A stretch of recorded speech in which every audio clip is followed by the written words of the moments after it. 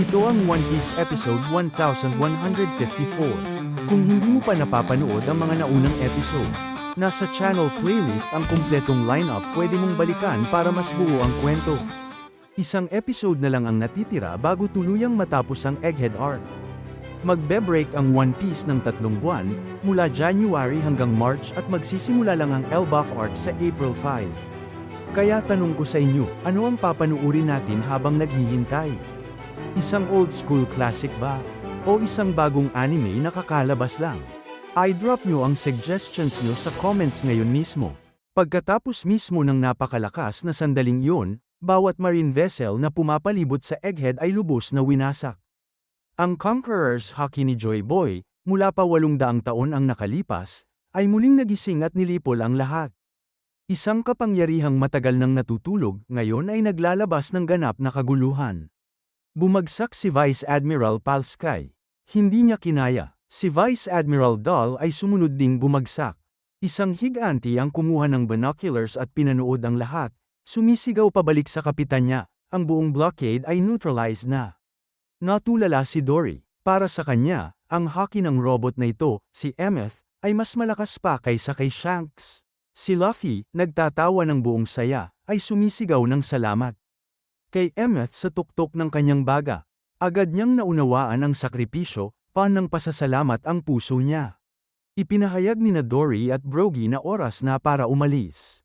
Sumisigaw sila ng umalis na tayo, ngayon na. Si Luffy ay tumatakbo patungo sa Sunny, buong lakas na tinatawid ang battlefield. Nagwala sa tuwa ang buong crew ng mga higanti. Sa wakas, patungo na sila sa Elbaf. Umaalingaw ang sigawan ng mga higanti sa sobrang excitement. Pagdating ni Luffy sa Sunny, bigla siyang bumagsak.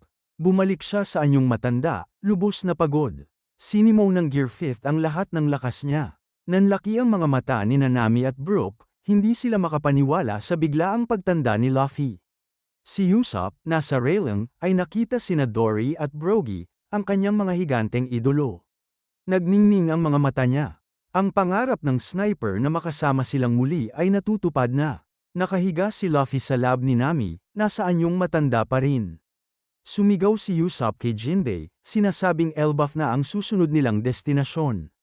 Kalmadong sumagot si Jinbei, naiintindihan niya. Sabay na pumihit ang dalawang barko, magkasamang naglayag patungo sa lupain ng mga higanti. Lumipat ang eksena kay Morgans. Ang Big News President ay muling lumalabas sa entablado, sabik na bawiin ang titulo bilang pinakamakapangyarihang news source sa mundo.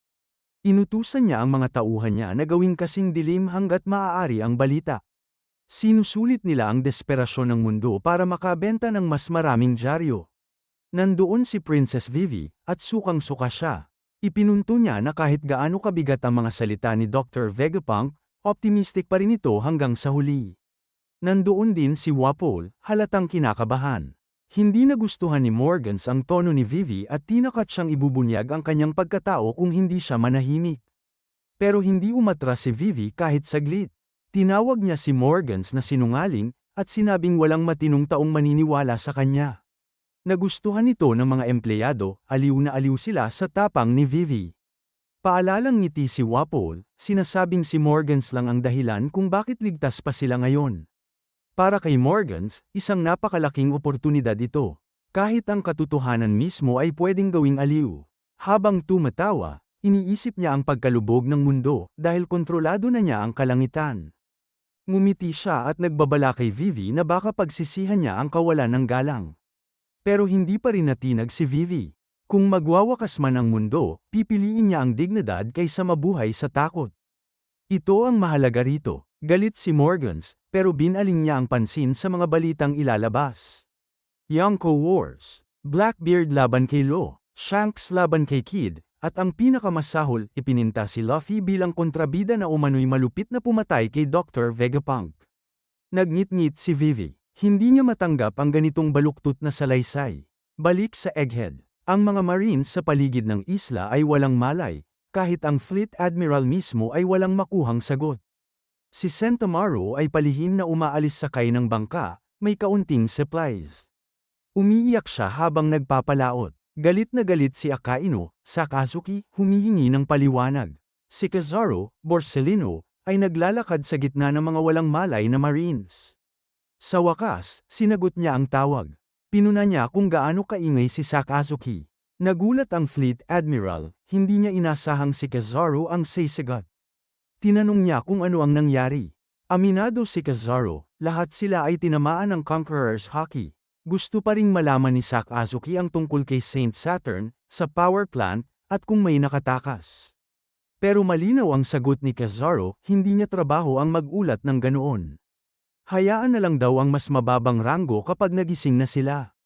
Pinagalitan siya ni Sakazuki. Dito nagtanong si Kizaru, ikaw ba, naranasan mo na bang patayin ang pinakamalapit mong kaibigan? Tahimik si Sakazuki. Flashback, naalala ni Kizaru ang unang pagkikita nila ni Dr. Vegapunk, ang pinakamatalinong tao sa mundo.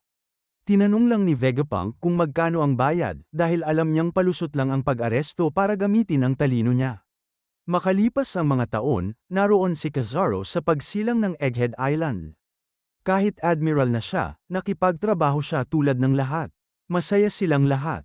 Natupad ang pangarap ni Vegapunk, isang isla mula sa 500 taon sa hinaharap. Pero ngayon, tinulungan ni Kizaru na wasakin ang Egghead. At pinatay niya ang sarili niyang matalik na kaibigan. Habang nasusunog ang isla, tinanong niya ang paratang ni Sakazuki tungkol sa Catamaran. Luhaan, sinabi niya, kung may oras kang magduda, pumunta ka rito at tingnan mo mismo. Kahit ang pinakakalmadong karakter, bumagsak. Dahil kung si Kizaru mismo ay gumuho, alam ni Sakazuki na impyerno ang misyon na yon. Humingi siya ng paumanhin. Mag-ingat ka sa bibig mo, sagot lang ni Kizaru. Sa Sunny, may iniisip si Sanji tungkol sa broadcast ni Vegapunk, may hindi tama. Flashback ulit, 2 linggo bago ang lahat. Napansin ni Shaka ang kakaibang readings ng power plant. Sumasabog ang energy signatures. Hindi normal ang konsumo ng mga Seraphim. Hindi ito dapat ganito. May ninakaw, ang Mother Flame. May gumalaw sa pinakamapanganib na energy source sa mundo, nang walang pahintulot. Binago ang lahat ng data. Isang Vegapunk lang ang kayang gumawa nito. Napunta ang hinala kay Lilith, pero nag-stealth mode sila at pinutol ang koneksyon sa Punk Records. Pagkalipas ng 1 linggo, dumating si Pythagoras na may katotohanan. Si York ang may sala. Peke ang memory uploads niya. Siya ang nasa likod ng lahat. Humingi ng tawad si Stella kay Lilith. May white den mushi na ginamit para sa jamming. Sa playback ng recordings, boses ni York ang narinig. Isinumbong niya ang Void Century Research. Ito ang pinakamabigat na katotohanan. Ipinagpalit ni York ang buhay nilang lahat para umakyat sa hanay ng Celestial Dragons. Purong pagtataksil na kunan mismo sa audio. Isa pang araw ang lumipas sa nakaraan, at dumating ang balita tungkol sa ganap na pagwasak ng Lulusia Kingdom. Agad na nag-utos si Stella ng mahigpit na surveillance sa antas ng karagatan at sa lahat ng transmissions. Mabilis nang tumatakbo ang isip niya patungo sa nakakatakot na conclusion, may bahagi ng Mother Flame na umabot sa Marigeois. Sigurado siya ngayon, ginagamit ng world government ang kanyang imbensyon para paganahin ang isang sinaunang sandata. Ang pinakamasakit na detalye, ang teknolohiyang siya mismo ang lumikha ang siyang bumura sa isang buong bansa. Bumagsak ang bigat ng konsensya sa kanya. Sinisi niya ang sariling kasakiman, dahil dito isinilang si York. Nagsimula ang paghahanda sa evacuation para sa lahat ng nasa isla, maliban sa mismong mga Vegapunk. Wala silang takasan. At dito lalong tumitindi ang lahat, tinatanggap nila ang kamatayan bilang kapalit. Sa junkyard, nakasalubong ni York si Stella. Nakahawak si Stella sa balikat ng Iron Giant, kalmado lang ang kilos. 2 araw bago sumabog ang kaguluhan, natapos ni Stella ang worldwide message. Nakatago ang mga transponder snails sa loob mismo ng robot, at automatikong magti-trigger ang broadcast kapag tumigil ang tibok ng kanyang puso. At ngayon, ang pinakamatinding bahagi. Binura nila ang sarili nilang mga alaala. 2 buong linggo ang kusang loob nilang inalis sa isipan nila. May mga nakasulat na tagubilin na iniwan, ipinapaliwanag ang ginawa nila at nagbabala laban sa world government. Handa ang bawat contingency. Samantala, sa panahong yun, dumating sa pampang ang barko ni Bonnie. Papasok ang Cypherpole. Dumating ang naval siege, pinamumunuan ni Kizaru at Saint Saturn. Lahat ng hinulaan ni Stella ay eksaktong nagkakatotoo, pabalik sa kasalukuyan. Ibinunyag ng siyentista ang kanyang Hungariang mamatay matapos iligtas si Bonnie. Ipinaliwanag niya na ang sakripisyo niya ang magsisilbing gatilyo ng isang napakahalagang pangyayari. Ayaw itong tanggapin ni Sanji. Ang ideya na manood ng isang taong kusang magpapakamatay ay pumupunit sa kanyang puso. At saka bumagsak ang napakalaking revelasyon. Direktang binanggit ni Stella ang One Piece. Pinili niya ang Straw Hat Pirates bilang karapat-dapat kumuha ng Ultimate Treasure. Paalis na sila patungong Elbaf. Ang sandaling pinangarap ni Usopp sa loob ng maraming taon. Sa wakas, nagiging realidad na. At dyan nagtatapos ang episode 1154. Mas lumalim ang misteryo, mas lumaki ang taya, at malinaw na papunta na tayo sa susunod na malaking yugto ng One Piece. Kung nagustuhan mo ang recap na to, i-like mo ang video, mag-subscribe sa channel, at i-on ang notifications para hindi ka mahuli sa mga susunod na episode. I-comment mo rin kung ano ang pinakagrabing moment para sa iyo, dahil mas papainit pa ang laban habang papalapit tayo sa Elbaf.